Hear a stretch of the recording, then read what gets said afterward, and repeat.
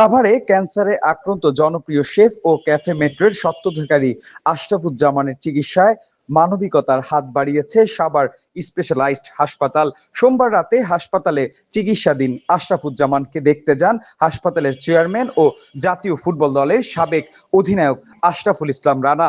তিনি তার চিকিৎসার খোঁজ খবর নেন এবং হাসপাতালের পক্ষ থেকে সকল ধরনের চিকিৎসা সেবা সম্পূর্ণ বিনামূল্যে দেওয়ার ঘোষণা দেন। সামাজিক যোগাযোগ মাধ্যমে আশরাফুজ্জামানের অসুস্থতার খবর জানতে পেরে মানবিক উদ্যোগে তার পাশে দাঁড়ানোর সিদ্ধান্ত নেয় হাসপাতাল কর্তৃপক্ষ। প্রথমে দেখেন, আসলে বলি কি, এটা আশরাফে খুবই ভালো মানুষ, উনি ক্যাফে মেট্রোর স্বত্বাধিকারী।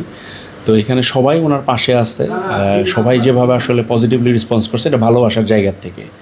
তো আমাদের সাভার স্পেশালিস্টের পরিবারও আশরাফ ভাইয়ের পাশেই থাকবে সবসময়। আশরাফ ভাই এইখানে আমাদের সাভার স্পেশালিস্ট হাসপাতালে চিকিৎসা নিচ্ছেন। তো আসলে আমাদের হাসপাতালে তো অনেক প্রতিবন্ধকতা আছে, আমার অনেক ছোট হাসপাতাল। তো আমাদের এই প্রতিবন্ধকতার মাঝেও যতটুকু আশরাফ ভাইকে সহযোগিতা করা যায়, যত ধরনের ফ্যাসিলিটিস দেওয়া যায়, এটা আমরা আসলে একবারেই আমরা করতে চাই। এর জন্য আশরাফ ভাইয়ের এইখানে কোনো ধরনের কোনো খরচ বা কোনো কিছু দিতে হবে না। এটা আমাদের হাসপাতালের পক্ষ থেকে আশরাফ ভাইয়ের পাশে আমরা থাকব।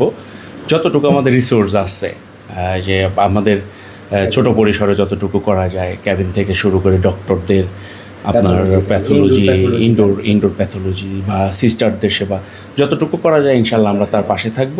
তার এইখানে কোনো ধরনের কোনো কিছু করতে হবে না। তো এখানে আমরা ভাই হিসেবে তার পাশে আসি, সবসময় থাকবো ইনশাল্লাহ। যতদিন থাকে যত ধরনের সেবা দেওয়া উচিত, বা আমাদের রিসোর্সের ভিতরে বা আমাদের আওতার মধ্যে যতটুকু সেবা দেওয়া উচিত, ততটুকু ইনশাল্লাহ আমরা এখানে থাকবো ওনার পাশে।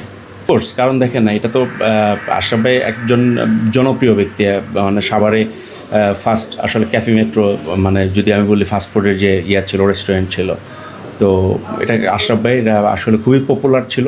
সবাই ওনার পাশে আছে। আমি গতকালকেও অনেক সোশ্যাল মিডিয়াতে এই জিনিসগুলো আলোচনা হয়েছে, সবাই ভালোবাসার জায়গা থেকে রেসপন্স করছে। তো অবশ্যই যাদের আসলে সামর্থ্য আছে বা যারা ভালোবাসে আশরাফ ভাইকে, আমি বলবো যে মানবিকভাবে আসলে ওনার পাশে থাকা উচিত।